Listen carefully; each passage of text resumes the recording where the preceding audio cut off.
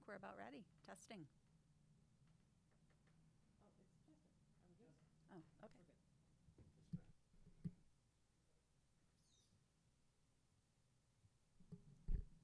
Good evening. Welcome to the September 8th, 2020 Merrimack School Board meeting. Please join me and rise for the Pledge of Allegiance.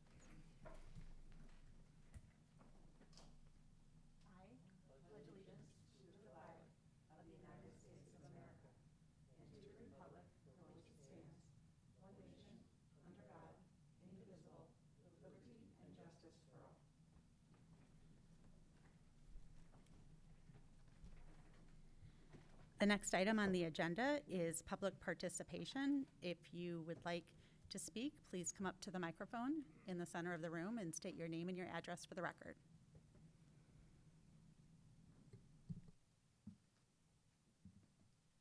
Good evening, Wolfram von Schön for Conservation Drive.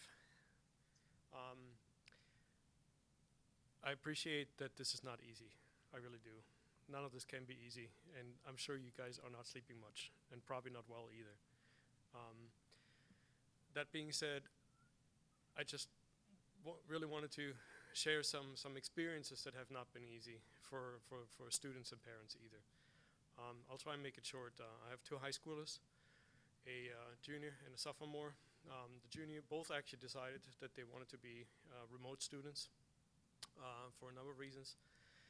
My junior signed up for a combined class, honors class, which was confirmed only about 3 weeks ago, and then a week later, 10 days later, on Friday, I think last week it was, she got the notification that this class is not being offered to remote students. And I found out that this is apparently common, that remote students are not being given the same participation opportunities for honors classes and AP classes, which in reality then creates a two-level education system in Merrimack, and that's something I'm concerned about. In this specific case, it affected my daughter. It was something that really we weren't approached about. It was a mass email that was sent on Friday, I think a week ago. We had to find out somewhere in the details of these emails what the issue was, and then reached out to the guidance counselors, which are certainly doing their best. I don't want to say anything bad about them by any means. But then there wasn't really any way out of that. She could have attended 2 honors classes instead, but was then offered classes that she already attended last year. So, and these are only examples, but I know there's quite a bit of parents like that. And fact is now that the alternative options of VLAX and other remote schools, online schools, are all on a wait list.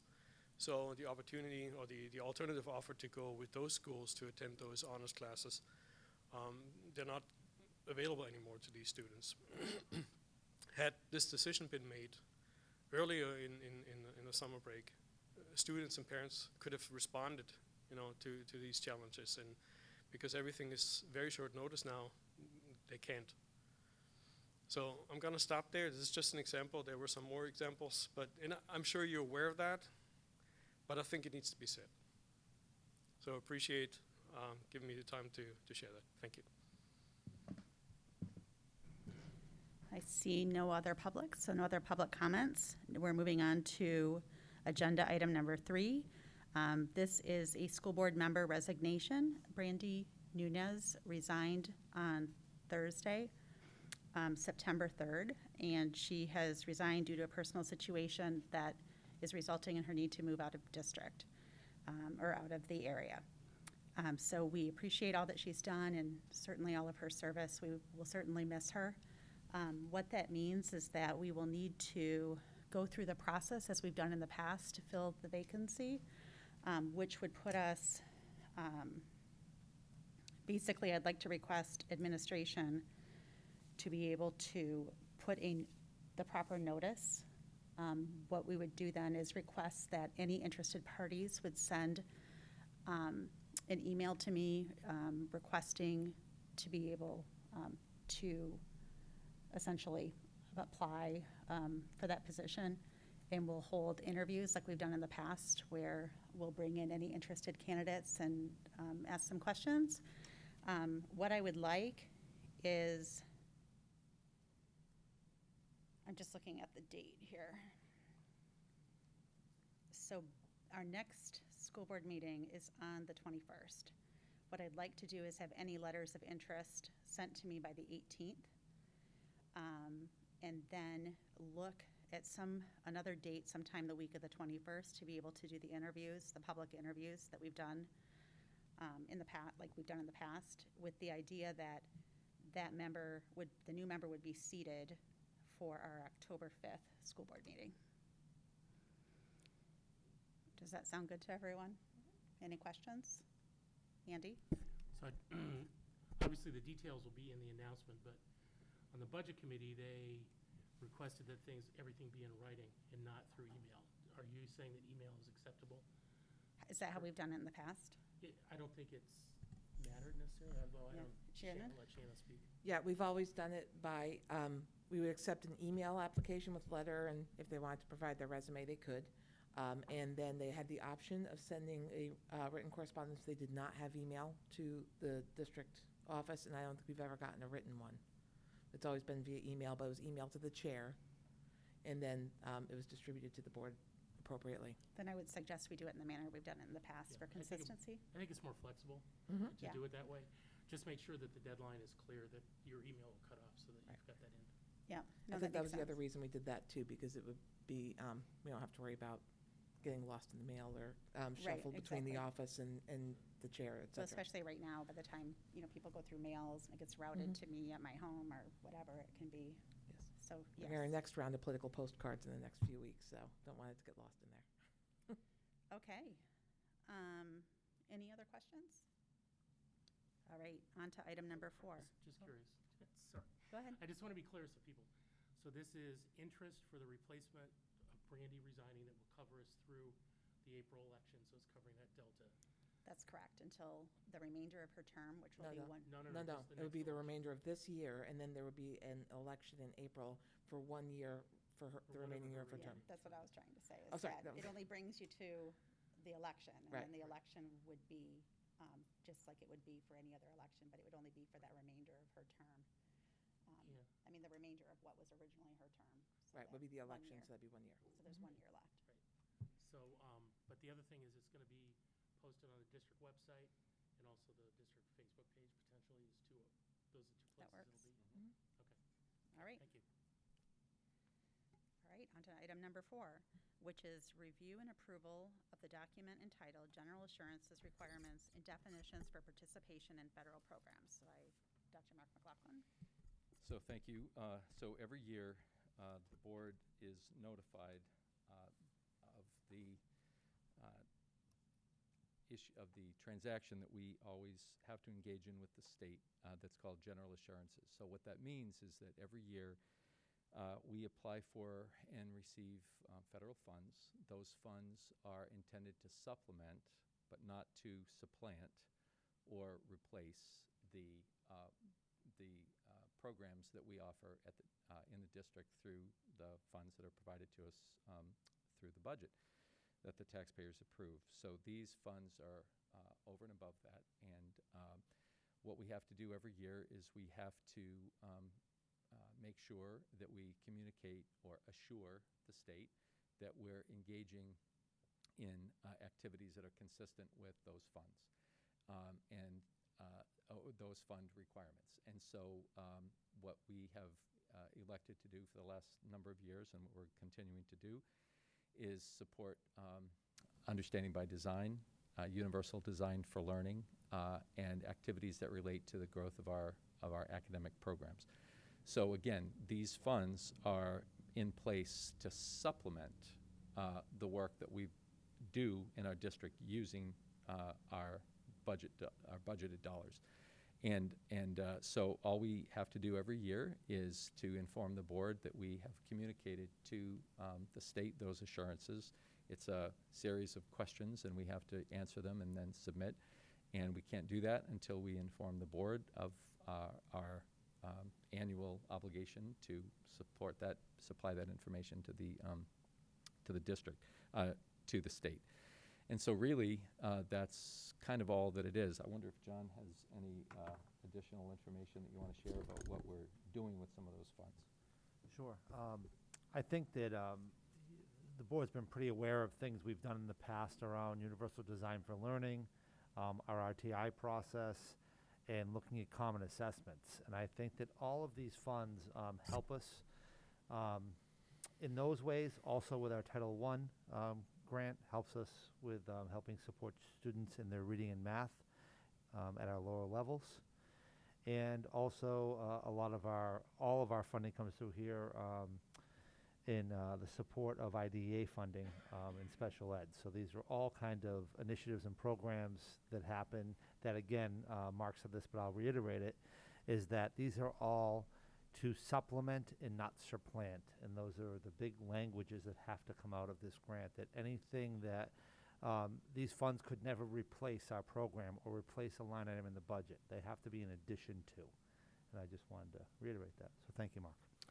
So then the process would be that after we've shared this with the board, that we would just ask the board chair to sign off that we've made this presentation, and then that document then goes to the state, and that completes the general assurances process. Do you need a motion on that? I don't actually. Okay. This is just informational. Okay. All right, any questions? All right, on to item number 6, which is the update on school lunch plans for fall 2020. Matt? Oh, thank you very much. Lunch will be served at each school Monday through Thursday. It'll be the regular school lunch menu that you're used to seeing. Kids will, however, not be going to the cafeteria. They are going to be going to the cafeteria to pick up their lunch, but they're not going to be eating in the cafeteria. So they will be going down to the cafeteria in however groups that each school wants to send them. They're going to be provided with lunch in a clamshell type to-go container and with utensils that are wrapped in cellophane with a napkin in there so everything hasn't been touched before. And then they will go back to their classrooms and eat. They will be handed out a milk or juice or whatever they need during that time. This goes from K through 12.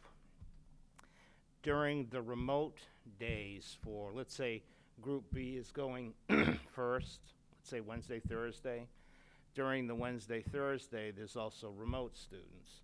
So in order for it to count as a school day for remote students, we have to serve them lunch or make it available to them.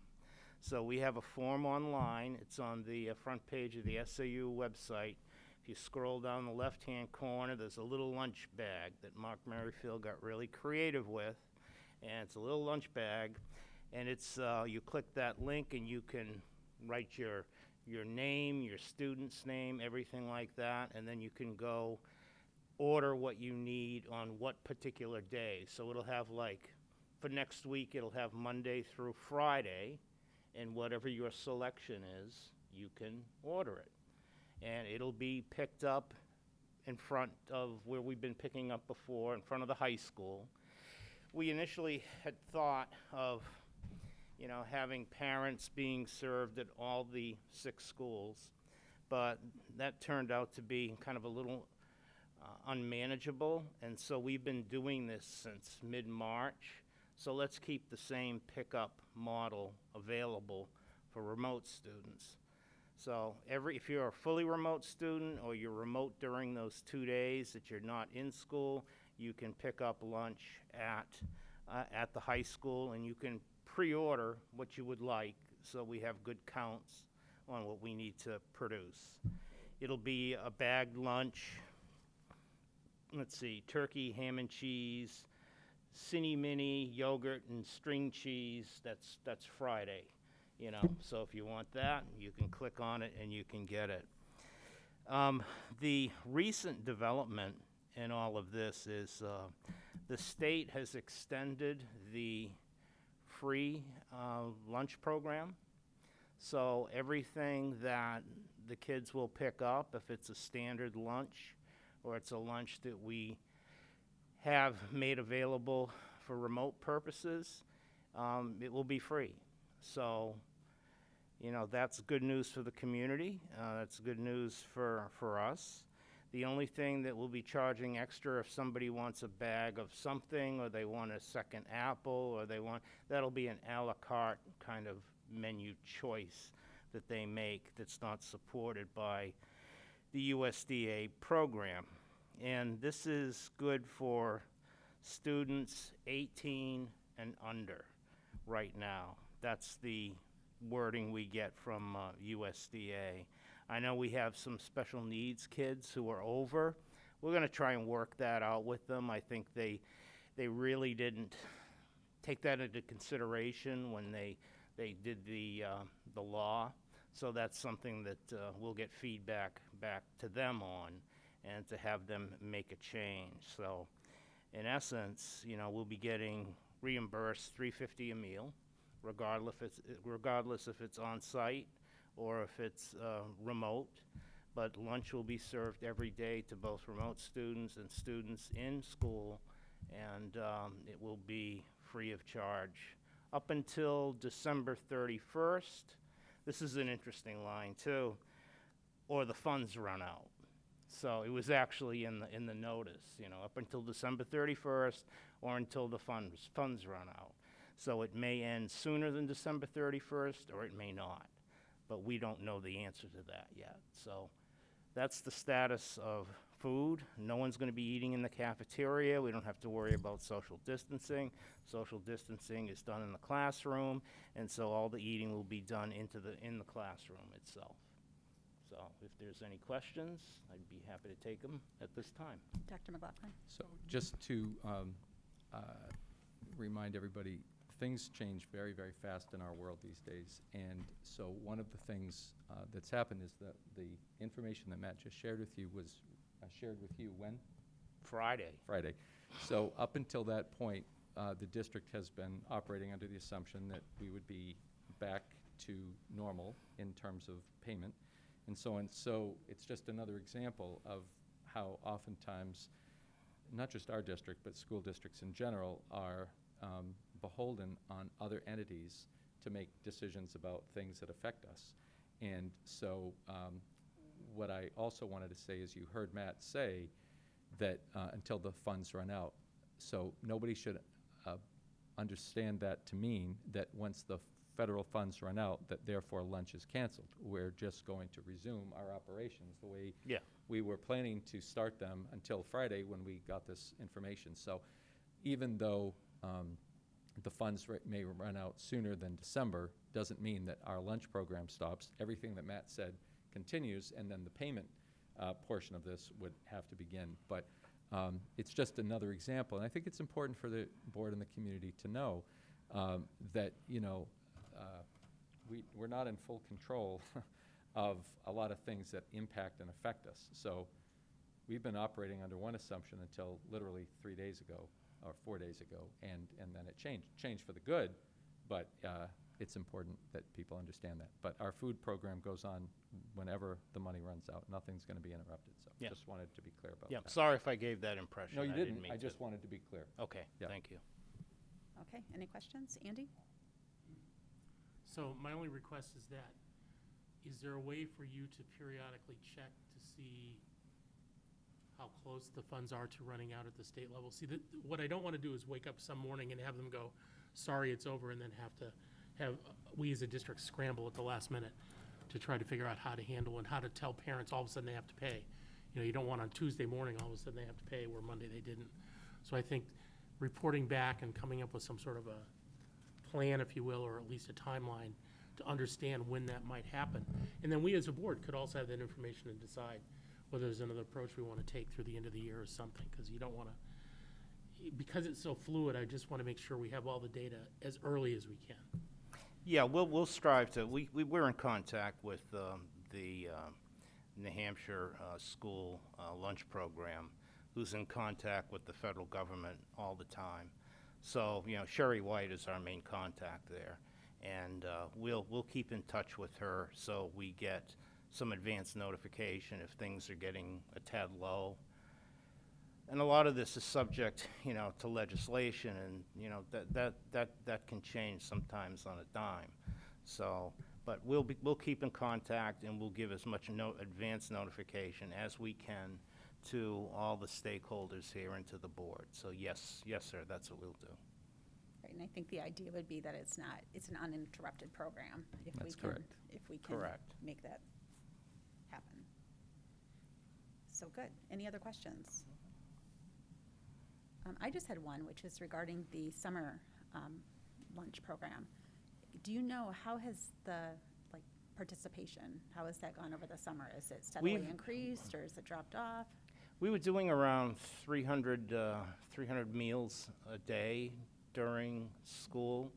During the summer program, we were averaging probably around 200. So it dropped off just a tad, but it was still steady at that 200 level.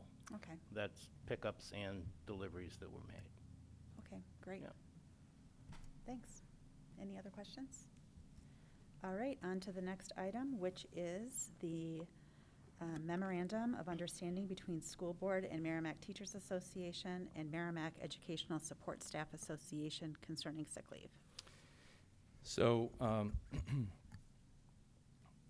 the process of developing schedules and, for teachers and students has been complicated this summer by a number of factors, not just Merrimack, but across the country. And those are our requirement to observe the rights of teachers to have their own accommodations for work. So I've indicated to the board before, that includes Family Medical Leave Act, ADA, Americans with Disabilities Act, and then the recently, relatively recently because of COVID, FFCRA, which is an acronym, the complete name of which I can't remember, but it's the Federal CARES Act. And that one specifically refers to the rights that our employees have to time when it, or leave when it relates to childcare. So if you have an employee, as we have, who have children, as we have, who cannot find childcare, the Federal CARES Act provides some relief for them to be able to either be granted leave for a period of time or other accommodations. And so one of those federal accommodations is the opportunity for teachers to use accrued sick time. That's in the federal law, to use accrued sick time for the purposes of leave associated with childcare. That's in the federal law. Our collective bargaining agreement does not allow for that. Our collective bargaining agreement is an impediment to that particular provision of the federal act. And so what this memorandum of agreement between the Merrimack Educational Support Staff Association, or MESA, and Merrimack Teachers Association, MTA, what that does is it temporarily waives the provisions in Article 11.2 in the contract and allows teachers to, who are approved, are on approved leave for FFCRA, to use sick time in order to apply it to their child care needs. So this is a temporary thing. It won't be in place forever. It's certainly a benefit to our employees.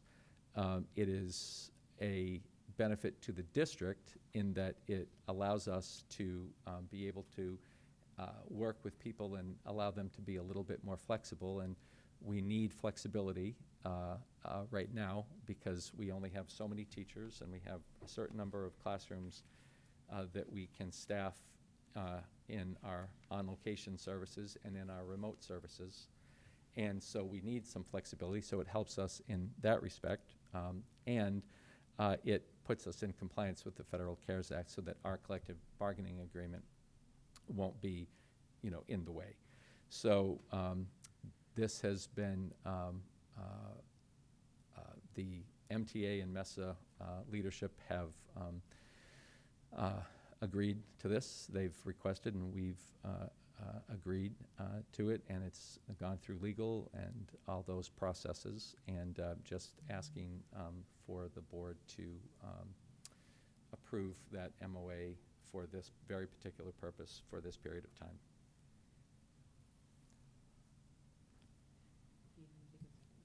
Okay, questions? Shannon? Not a question, but with the motion, do you just need them taken separately? By separately, you mean MTA and MESA? Mhm. Yes, please. Okay. So if no one has any questions, I move that we accept the memorandum of agreement, between the Merrimack Teachers Association, also known as MTA, and the Merrimack School Board, as presented for, for the school year, Okay. as presented. Seconded by Lori. Any discussion? Questions? All those in favor signify by saying aye. Aye. Aye. Opposed? None. The motion carries 400. So to keep on a roll, Sure. I move that we accept the memorandum of agreement between the Merrimack School District and the Merrimack Educational Support Staff Association, also known as MESA, as presented. Okay, is there a second? Seconded by Lori. All those in favor signify by saying aye. Aye. Opposed? None. The motion carries 400. Thank you very much. You're welcome. The next item on the agenda is additional clarification concerning advanced placement and honors course offerings at Merrimack High School. We'd like to welcome Sharon Putney, principal.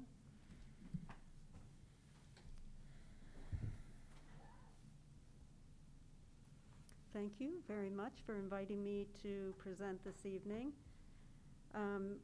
First of all, we're very excited about tomorrow and having students back in the building and students online for the next school year. And we have had all hands on deck, literally creating the schedule that's going to be released. And we're so appreciative of our guidance school counselors and Deb Barker and Rich Zampieri, who helped with that process, and our building leadership team, who also helped with the scheduling. So we're very, very appreciative of all that work that everybody's doing to make this a great year. I thought I would just talk a little bit about the process that we went through this summer in providing the schedule for students. So first, we identified what students would be remote and what staff would be remote. And once that information came, we looked at the student requests during their pre-enrollment process, which they completed last February.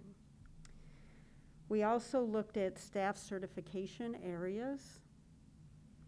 And then we looked at seniors, and we took a look at what those must-haves were for the seniors. What did they definitely need to be able to graduate in the spring? And we looked at underclassmen and making sure that we knew what courses would provide their path to graduation. And at that point, once we had all of that information, we then matched up our remote staff with our remote students for what became a first draft of courses to be offered remotely. Then our next step was to look at students who had selected in their pre-enrollment process the upper level courses to see what honors courses we could add to the current course offerings. At that point, we embedded honors level coursework into many existing classes. And what that means is that for a given course name, there could be students of different levels in the same class, but their teacher would be differentiating the instruction in that class, and the honor students would have increased rigor, and therefore their grades will be weighted differently, even though they were in the same course. So I just wanted to explain that that's kind of how that process then worked. Then we also looked at online opportunities for the remote learners through VLAX, Virtual High School, as well as American School. And licenses were purchased to provide students with those opportunities to study online. As a result, there's really only one advanced placement class that could not be offered to one remote student in the school. I worked individually with this student, and it turned out that that course, we ended up not being able to offer that in hybrid either, because we needed the staff in the science department particularly to be able to run just those,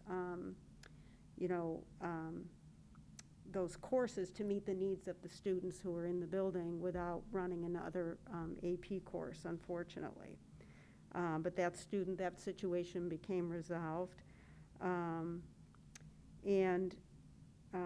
It's true that we are not able to offer the interdisciplinary courses, of which there are 2, but our concern was making sure that we kept those students on track, because those are honors courses, and we wanted to make sure those students remained on that path for honors. So we broke apart the interdisciplinary components and made sure that those students had the appropriate honors social studies and the appropriate honors English class that would make up that interdisciplinary class.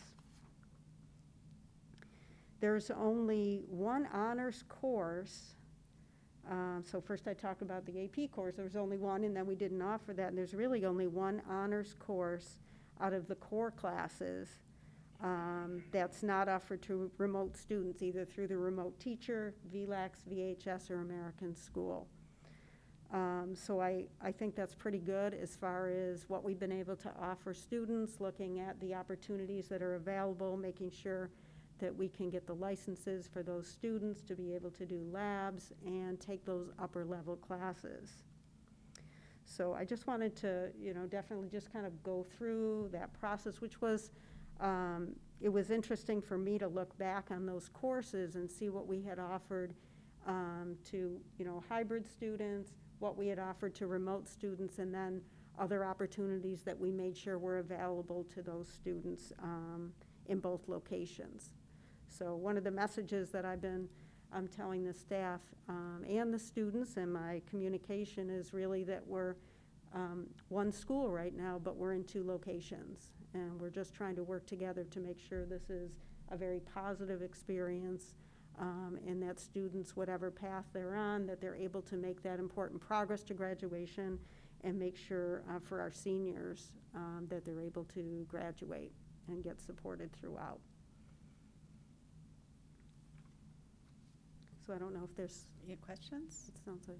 Oh, Mark, if you want to go ahead. I'm sorry, just before questions, either Sharon or John, I think it's important to spend just a minute talking about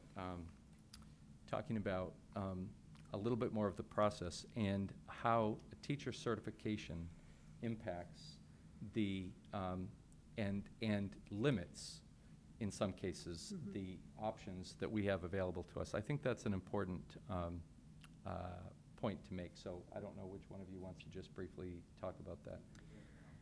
So, we had to make sure that because a teacher teaches one particular content area in the school, like say science, that doesn't mean that they're certified necessarily to teach all science courses.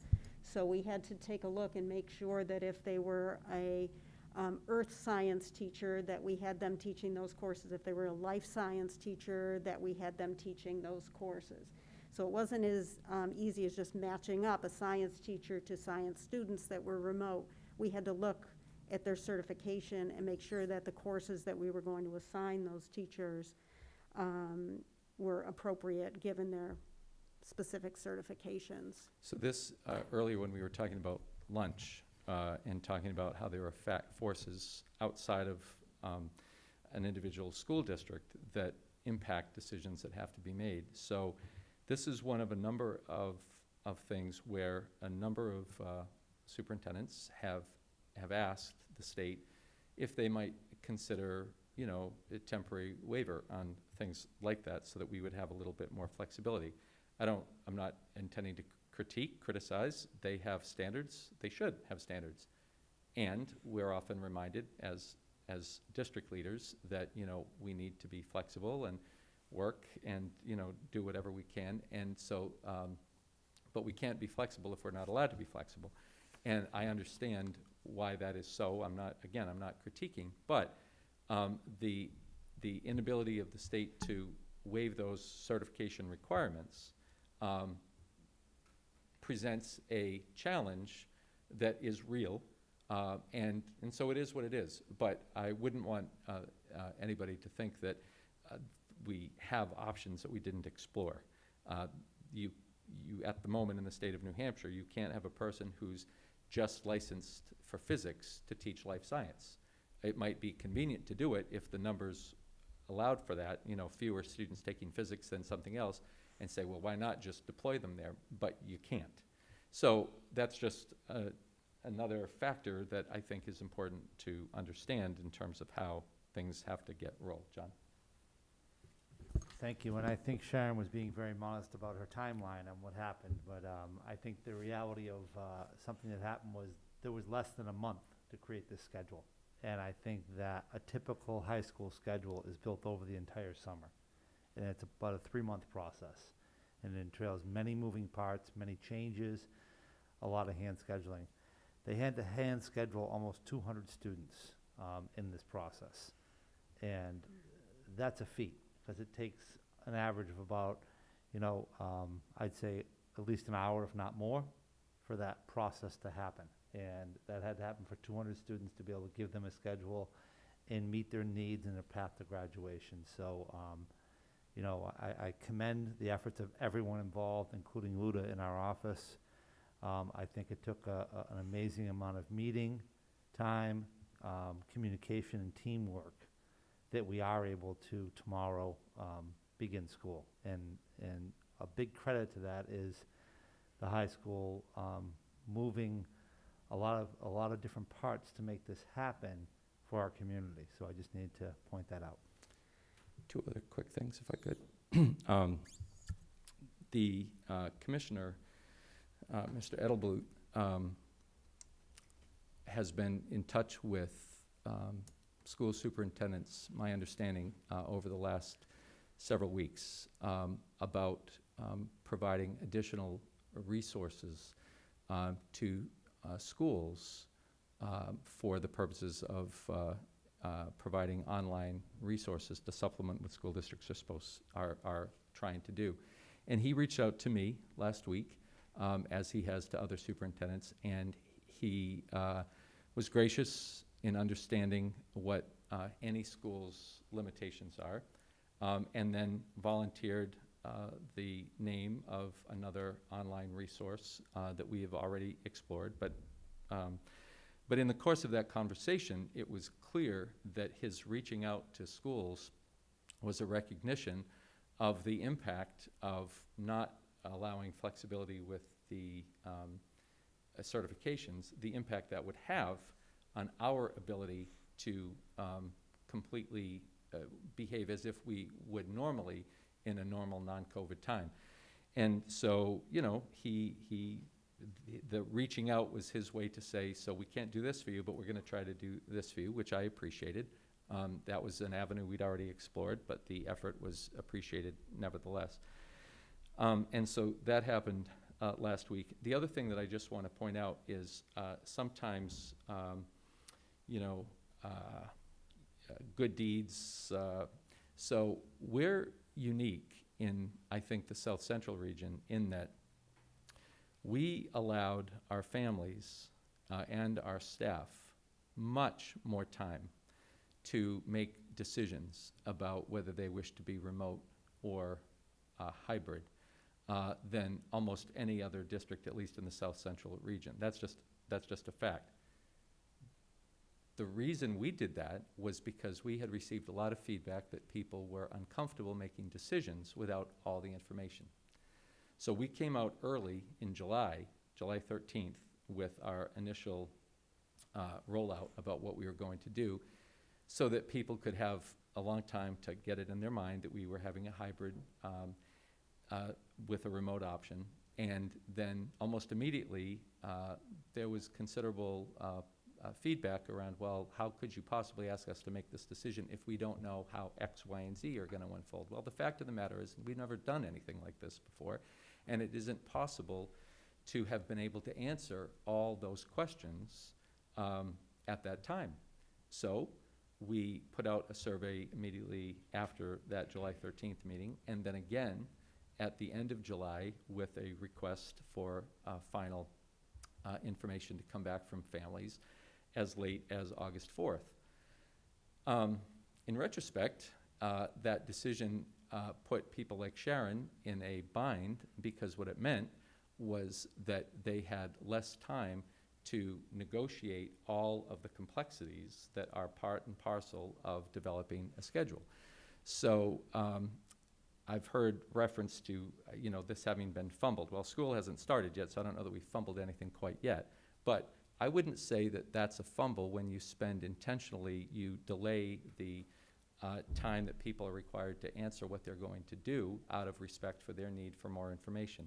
But you get to a point where it's a chicken and egg. People want more information about how certain things are going to be, and we can't answer that until we know what people's decisions are going to be, so that we know what we can offer and not.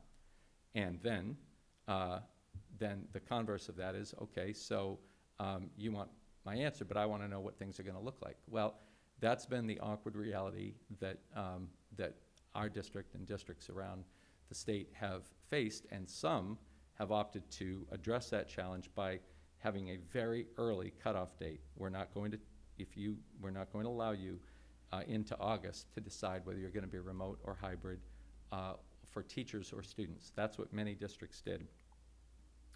We opted to try to respect the needs of our students, our families and staff, to keep making decisions to alternate, well, maybe I'll do this, maybe I'll do that, up to the point where it wasn't feasible to do it anymore because we had to have clarity so that we could run a schedule. So that's just, it's a truth. It's maybe, it is the reality that we've experienced, and I just wanted to share that in the spirit of just explaining just how complicated this whole process is. So with those in mind, I'm sure Sharon can answer any questions that you have. I see Lori, and then Andy and Chin. So first of all, I want to thank you for doing the dual enrollment in classes, offering, students a choice of honors versus the standard class, all in one class. It was very creative. What I'm hearing is we're trying to have no significant achievement opportunities or gaps in students who are remote versus in-person learning. Dr. McLaughlin's trying to, with the Commissioner of Education, leverage more resources. They just don't, they're being kind, but they're not really offering. But if they did, we would use them. Hopefully, if a student is denied an honors class or an AP class, hopefully in the spring, we can assure that they're going to have that opportunity. That would be maybe a best case scenario. And we do appreciate, because this was a huge undertaking. We've never done it before. There was lots of pieces to the puzzle. It was, a lot of work. And so thank you for all of that energy and effort. And, I know everyone did the best job they could. Thank you. Andy? So I certainly agree with what Lori said. I do have 3 questions that I've heard at various sources over the last few weeks. You talked a little bit, and it wasn't completely clear to me, the difference between what a remote learner would have access to versus or a hybrid person. Are there, can you list the things that a remote student does not have access to that a hybrid student does? In terms of coursework? Yeah, coursework largely. So, we really focused on, making sure that, like I said, we looked at like pre-enrollment and what students had signed up for, and we tried to create those opportunities. There are some hybrid courses that we weren't able to run, a lot of electives that we just had to focus on that core class because we might not have had the resources for hybrid students either in several cases. So that's why I put that Excel spreadsheet out, just saying like, here is what we're offering, and then we added courses to it and put it out again, so people could see, what courses were available. We have about 15% of our students that are remote right now, so it's difficult to duplicate exactly the same program of studies. But we really felt good about the opportunity for students to be able to take those classes remotely and online and be part of an online class, as well as being able to offer what I think is, a pretty good, selection of their courses based on what their requests were last February. Okay. So it's kind of like in both places, there are things that we were able to offer and not offer. It just depends on what area it was, and again, came down to certification and hybrid as well as the remote staff. So one question I have is, I've anecdotally heard of what other districts are doing. And maybe this is a question more for John and for Mark. Was thought ever given to have teachers simultaneously teach remote and hybrid through the same class so that it's identical choice whether you're remote or hybrid? Was that ever thought in terms of being able to do that sort of a thing? I'm going to just start, and I'm going to turn to John. Yes, that was discussed. But there are, and I can't speak for other districts. I can only tell you that in our case, that would require a level of technology sophistication that we don't currently necessarily have. That if you think about the infrastructure that would be required for that, it would be for us, we're just not poised to be able to run it quite like that. There's also, I have enough to keep going with Merrimack. I don't know deep details about what other school districts are doing, but I'd be surprised if many were doing that, partly also because of the recording and streaming limits that are imposed on us by state law, and that it presents a separate set of challenges. We would very much like, for instance, to have been able to record certain courses and then provide those online, but there are prohibitions about that we have to be mindful of. That has to do with student privacy, and it would require a tremendous amount of agreement between the teachers and the students and the staff. And so that's just the beginning of how I'd answer that question. So yes, it was looked at, and it didn't seem to be something that would suit our abilities to achieve and couldn't figure out a workaround for, again, some of the limitations that we're under. These are not things that are commonly known, but they're things that we have to deal with really every day. And we don't put out messages that says this is something that we can't do. We just try to focus on what we can do. So I don't know if Sharon and John, please. A couple other things come to my mind about that.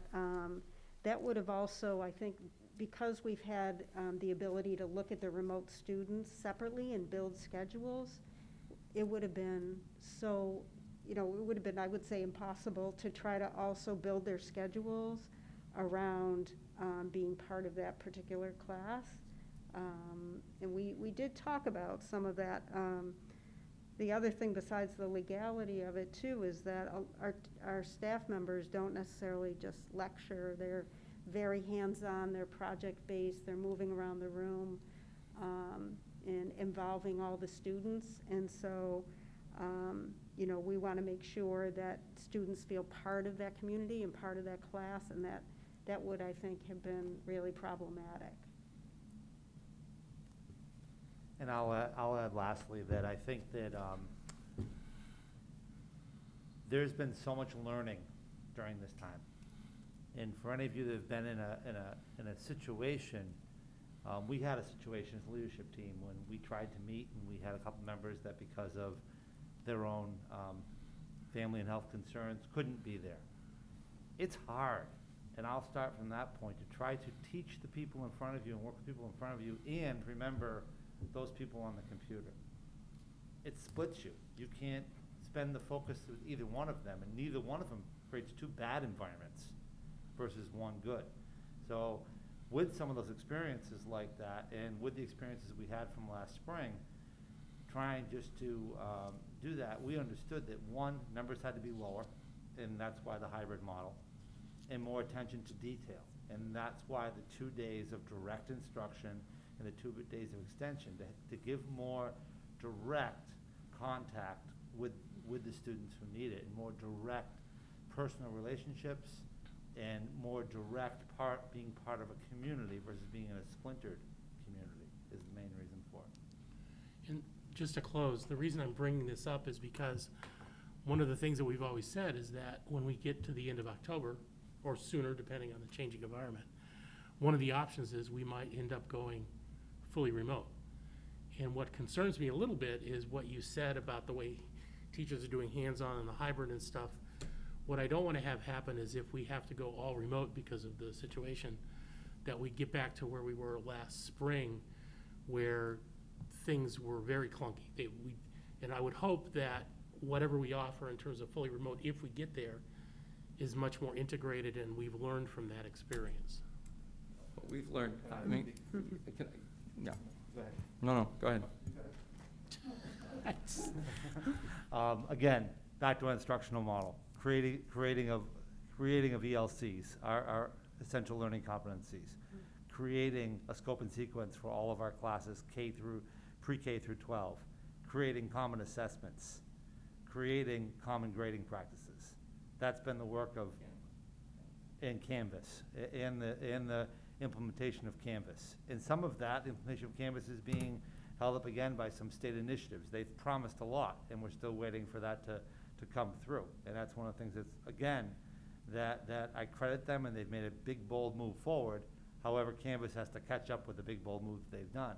So with all those in place over the last 3 months of over 200 educators working together, I hope, as well as you do, Andy, that we are in a much better place than we were in the spring. And our efforts, I hope, show that over the next few weeks. And I don't want to, I really don't want to leave you or anybody, much less our teams who've been working almost night and day, with any impression that that we're the same district we were in the spring. I mean, let's remember, February vacation, we left and expected a regular rest of the year.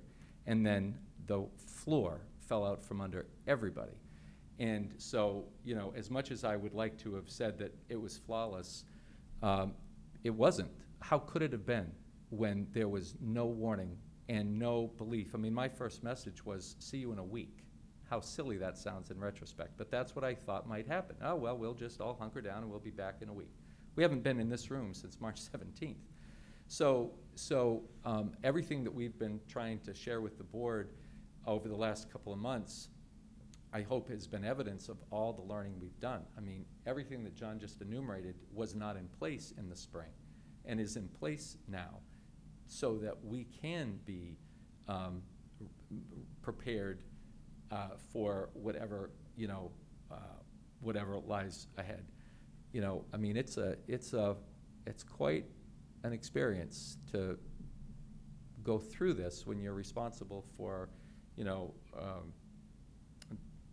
a teaching and learning of, and of students, and trying to provide security to students and families and to teachers. And so about their own safety and security and their own sense of ability to get through their work with some guidance. So, I really think that what we've been about is entirely informed by what we learned about in the spring, and all the people, I mean, the hundreds, literally, of people every day who've worked with John and Sharon and all our leadership. I want that understood and acknowledged. There's been a lot of gain. All right, Shannon, and then Lori. Turn on, turn back off. So a couple of things I was asked considering, as you were talking, Sharon, is I always talk about the path to advocate. And I assume nothing's changed. So if a student has challenges with, the courses that they've been assigned, they would first and foremost go to their guidance counselor. And from there, if the head of guidance, maybe to administration and then onward. So with that, have you gotten a lot of that path to advocacy for those students who may have gotten a schedule that was not to their expectation? So, I have gotten quite a few emails from individual students with questions and ideas, and some of them I've spoken to on the phone as well. And they've been very appreciative. I appreciate the fact that they are approaching me and advocating. One of the messages that I included in the welcome video that students are going to see tomorrow morning has to do with just that. It's just reach out to me, to your administrators, to your school counselors, to your academic teachers. We're here to support you and work through whatever problems or issues that there are, whether it's from an online class and you need some assistance or just working through. I want students to know that we're definitely here for them. And want them to reach out, and I provided multiple ideas of how they could do that effectively, and they already have started. So I really appreciate when I get an email from a student advocating, absolutely. For sure. And then the other thing, I think the one thing that we've heard over and over from Mark, and it's true as it'll ever be, is we're not unique. We are all in this situation. And the education platform is different for every student in America. The world, probably the world. They're all going and preparing for the next step in their lives, whether it's college and career readiness. And with that, it's not for tonight, but I think that as people are worried about, well, this is not the path my student planned to take. When they came into high school and were planning their succession courses, et cetera, that would it be a similar situation across other districts and, the process of, planning for, college acceptances and scholarships and all of that. Everyone's educational path has taken a turn. So I guess the question is, do we have any feedback or is there, I guess, industry, I hate to use that term with education, but industry feedback on how college and career readiness is the trajectory it's taken for students that are coming out of school this year? Because I think those that came out of school last year, it was a free-for-all. Because I had one, and now I have one this year, but it's a different path. But, with all of that, is there a way that we can talk and have, information about, what college and career readiness looks like for those who have experienced COVID, who are getting prepared to go out into the next step of their, that we're preparing them for? So the answer is yes, I think we can have a good dialogue about that. And what I am reminded of is back last spring when Deb Barker presented to the board, and at that point she was there because she was trying to explain some of the decisions that had to have been made for that senior class, the class of 2020, as related to GPA and so on. And at that time, Mrs. Barker, I think, did an expert job at explaining how colleges are, what that process looks like, sort of behind the scenes, and what that process looks like in general behind the scenes and in the context of COVID. And she made the point that you made, that every college in the country is, having more now than ever to evaluate students way beyond,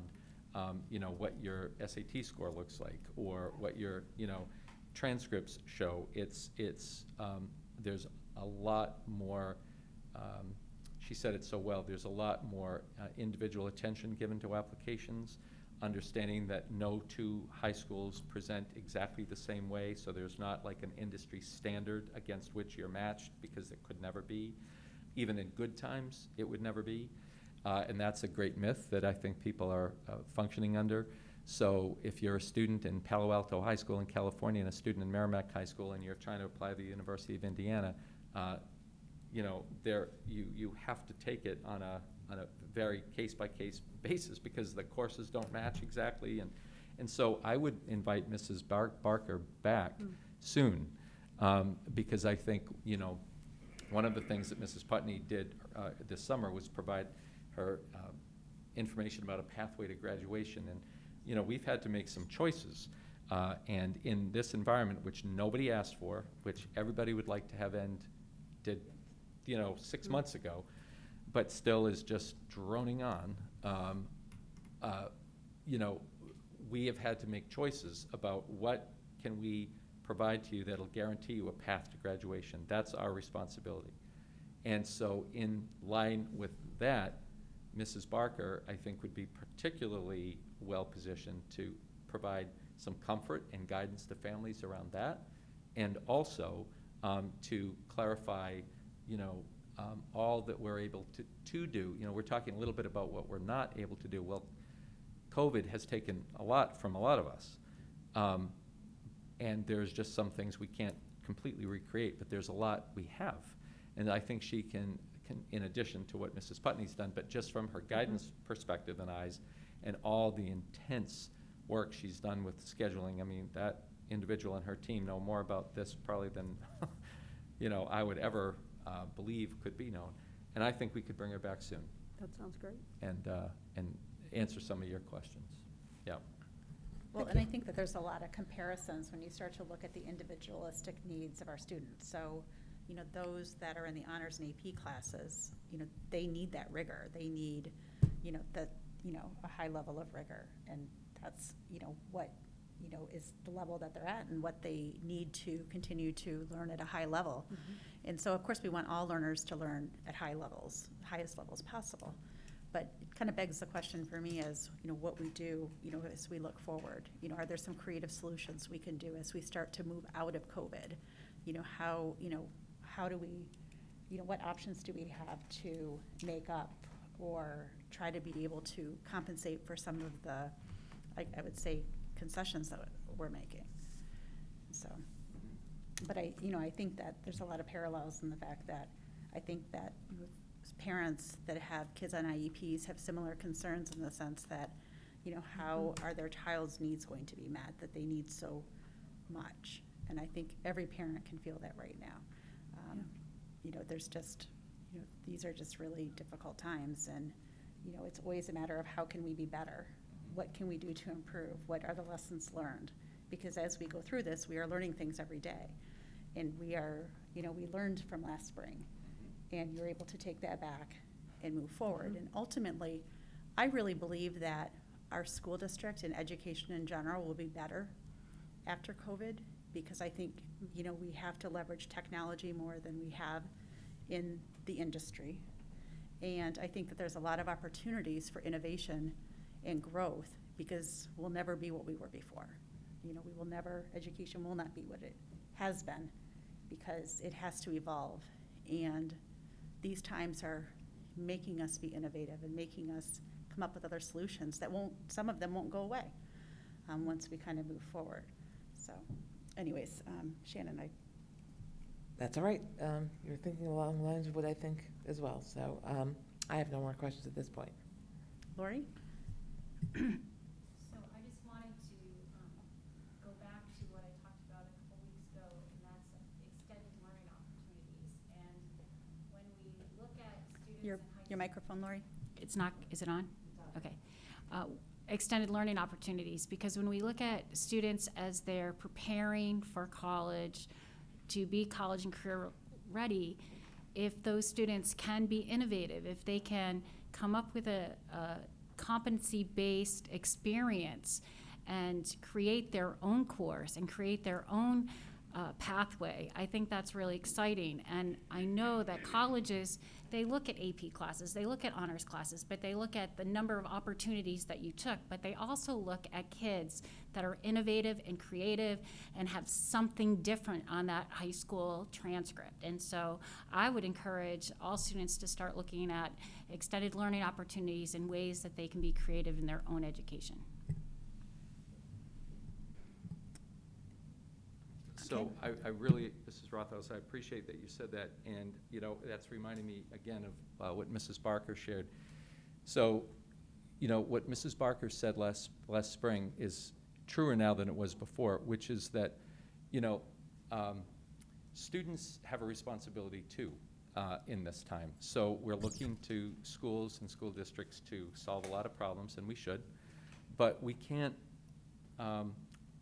solve every problem alone. And so, and you know, I have a son who's a senior, and so everything that current parents of seniors in Merrimack are worrying about, I'm worried about. I mean, I think he's taking jewelry making at the moment because that's all he could take. So I'm not too thrilled about that, but that's what he's having to do. But what Mrs. Barker said was informing my wife and I, and I'm going to get very personal, but informed my wife and I when we were providing some guidance to him, which is you can lament and complain about the fact that you're taking jewelry making, or that can become part of your story. That's part of your story, which is part of your reality, having the fortunate or unfortunate experience of being a senior at the moment.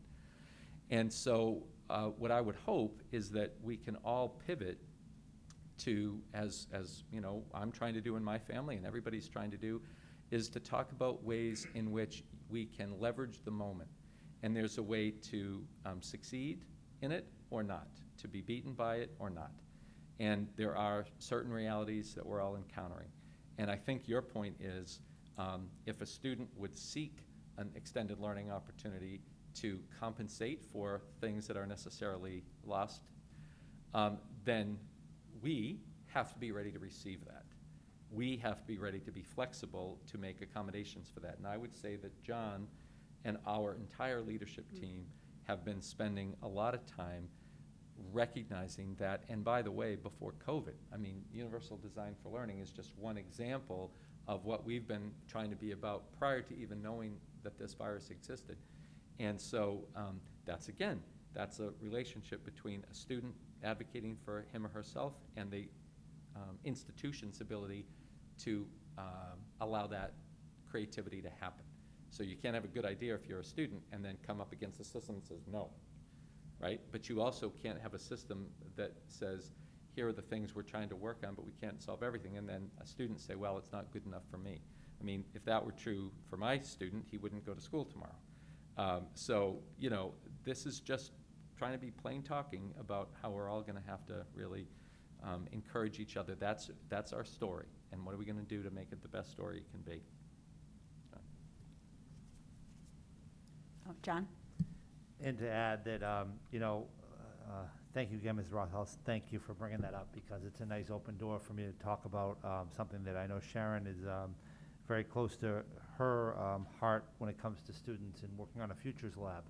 It's something she raised a year ago, budget time, to talk about, and I think that it's in her thinking about how do we create those alternative paths, and those paths for kids that have unique needs and unique interests, and where can we go with that. And I'll just, you know, open the door to Sharon to say that that's something she brought to me over a year ago and said this is where my vision is for our high school, and where we can go with students who either one, struggle, or two, want to achieve in a different way. And I think it's been in her thinking for a while, and it's only been enhanced as you know, Cindy, you brought it up. I think that there's so much good that has come out in the educational industry over what's happened to us during this COVID time, that we've been able to rethink and pause.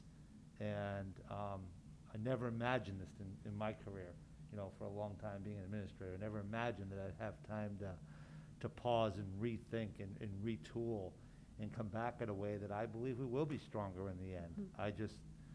I want to get back to having students in front of us, and I want to get back to also offering opportunities for only remote, and bringing some of those kids back that may have left us, you know, and saying if we are multifaceted and have more opportunities to offer to kids, that'll increase who we are as a school district. So I think those are all in play as we move forward. Mark? So before I get emails from folks tomorrow who think that I disparaged jewelry making, let me be clear. If my son were an art major, I'd be thrilled. He is not. And so that's a course that I value. It's a very important course, but particularly for those whose focus is in the arts. That is not my son. My point is that he's having to make do with a course that has nothing to do with where his future lies, and nevertheless, he's going to make the most of it. So I certainly support jewelry making and anything in the arts. Just want to make clear. Thank you. Okay, thank you. Any other questions? Andy? It's more of a comment for the board, is that obviously we're not done with this. Things are going to change, things are going to evolve, we're learning a lot. I think one of the things I'd like us to do soon is have a bit of a retrospective on the communications of how all this rolled out and how we communicated between, buildings and communicated with parents and the consistency in communications. Because I think that part of what I see, and again, I don't get all the emails because I'm not in school anymore. I don't have any students in school. But looking from the outside in, it appears that there is some consistency that we can maybe improve, or some methodologies we can improve on communications. And I'd like us to potentially use that as we go forward and say, as we go through these changes, as we get into second semester, are there ways that we can be more concise, more predictable with the way we communicate? So. Thank you. I think from a communication standpoint, I think sometimes it's a lot of information to have to communicate out there, and there's a lot to keep track of as a parent too. And I found myself actually, as much as I'm exposed to so much of this information just being on the board, I found myself going through, some of the emails. It was actually really helpful because they were chronological, the ones that you had listed. But so I think that you've done a really good job of communicating to high school parents. The other thing that I would say is, retrospectively, I almost wish we had a communications task force when we did the task force groups back a couple months ago, that I just felt like, maybe that would kind of help pull everything together in some kind of a consistency, right? Where you have a parent being communicated, but there's just so much to have to communicate. There's no perfect way to do it, and it's very challenging. But I would say from, hindsight's 2020, I wish that we had a communications voice, kind of working, with all the groups together, again, for that consistency. But that's kind of along the lines of the communication committee that's been important to the board for a long time. And so I think, I guess that's what I'll say there. But, thank you so much for coming. I know this is a very busy night for you. And this was just an important topic I wanted to put on the agenda. It's something that I feel really strongly about as it relates to our students that are the honors and the AP classes, and being able to provide the level of rigor for them. So I just wanted to make sure that parents were able to hear what to really understand kind of, what, with so much information out there, what's fact, what's not fact, what's the real story, why is the story the way that it is. And so I just so appreciate, I know you've been working tirelessly all summer, day in and day out, and I can't thank you enough, because it's a pretty overwhelming task to try to get ready for tomorrow, essentially. So this is like the eve of it, and I just really appreciate all that you and all of the others in our district have done and are doing, knowing that not everything we can do will be perfect, but that we've put so much effort and in our own rigor into trying to get in place what we needed to get in place to be able to prepare for the school year. So thank you. Thank you. Always a pleasure. Well, I do have one question though before you leave. It's regarding the coursework. I wanted to ask you, which is, with the honors classes, there's usually the summer coursework. Mm-hmm. And so I just wanted to see what, in situations where some of the classes might have changed, like the interdisciplinary classes, did we have kids that did coursework that then won't apply for the honors class they're taking, or AP class, or honors class? I don't think we have too many in that situation, and if there are kids that are now in an honors class that maybe weren't before, I know the teachers are being extremely flexible on all of that. So if there's any concerns, they should reach out to the teachers or their advisor? Yep, absolutely, department chair, or come to administration. Okay, great, Sure. Thank you. Yes, absolutely, thank you. Well, best of luck for the beginning of the school year, and Thank thanks for you. all that you've been doing. Thank you so much.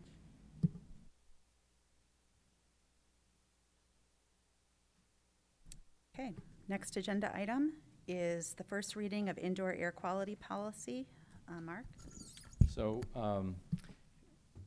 we've been marching through policies lately, and I bring this one to you because it's something that we would like to have on the books, and this is directly from the School Boards Association.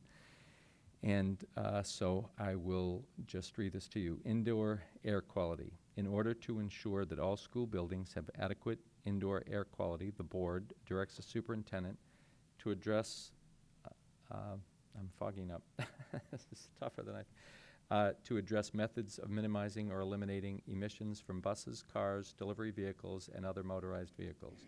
The superintendent may delegate the implementation of these methods to building principals. The board encourages the superintendent to utilize methods and recommendations established by various state agencies.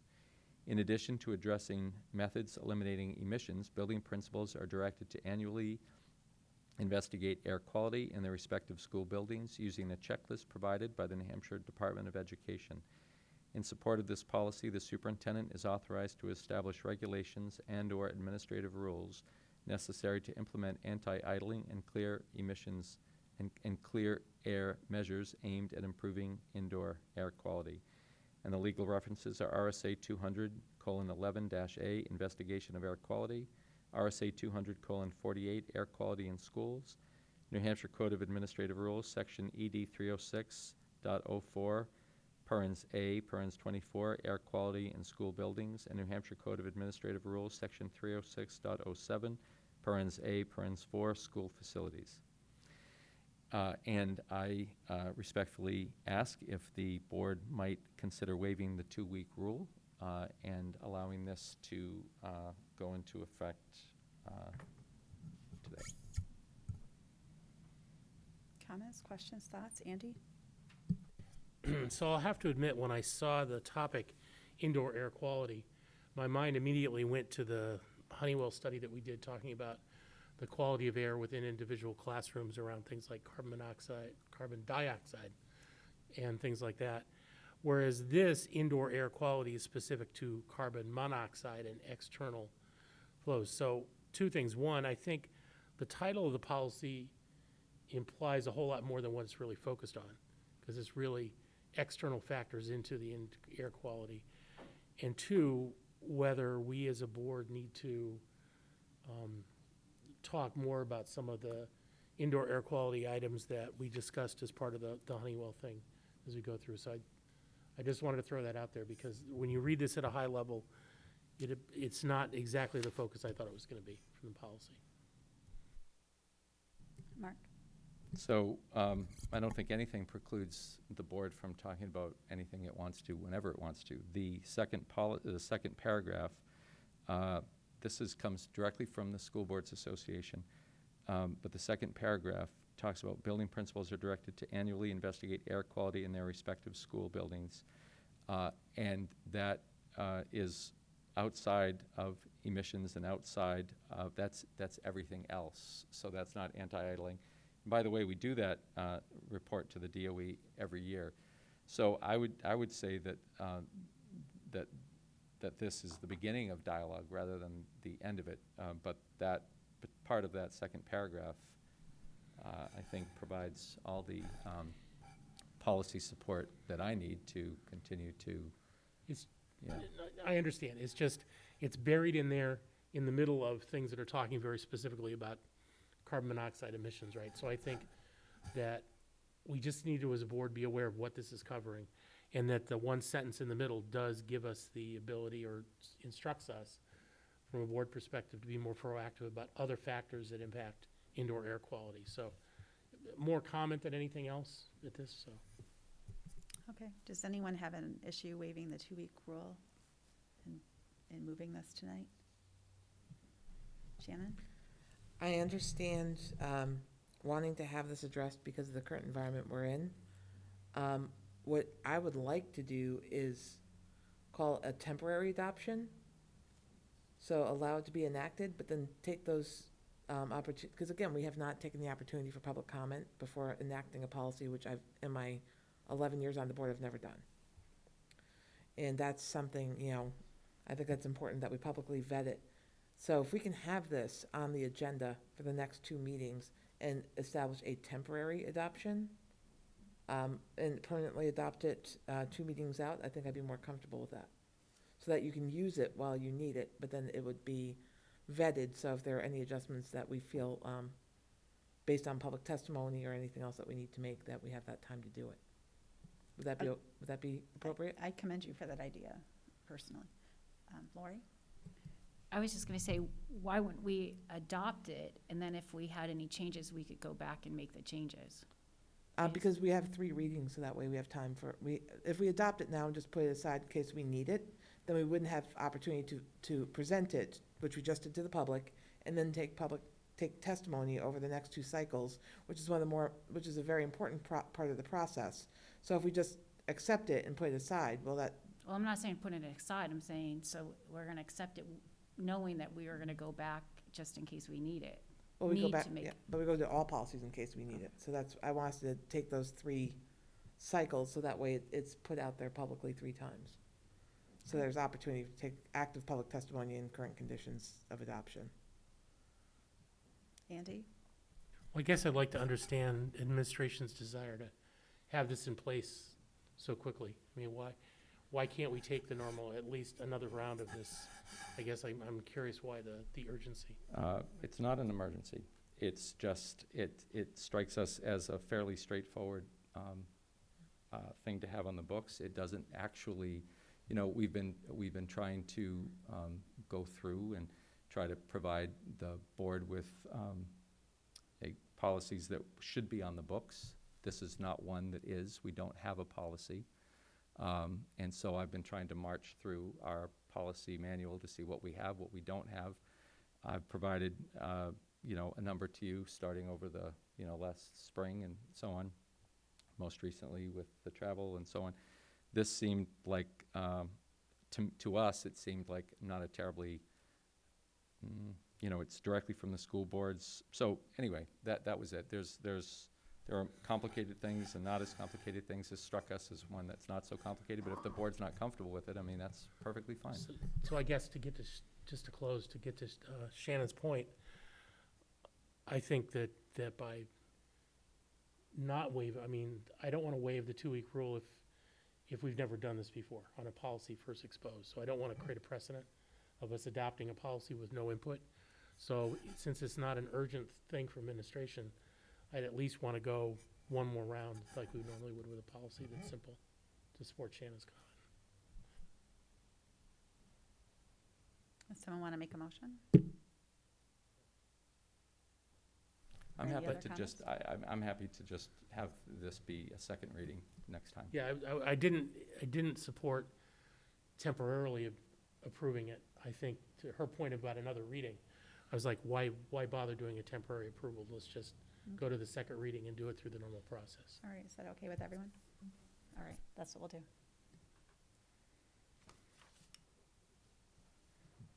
All right, item number 9, approval of August 19th, 2020 school board minutes. I have a motion made by Andy, seconded by Lori. Any comments, any changes?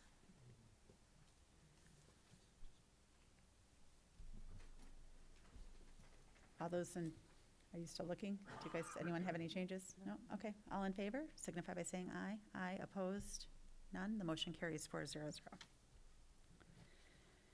Okay, so the consent agenda, item number 10. First and foremost, I just want to say that I'd like to be able to pull the temporary emergency policy, which is the travel guidance for students and staff, from the consent agenda.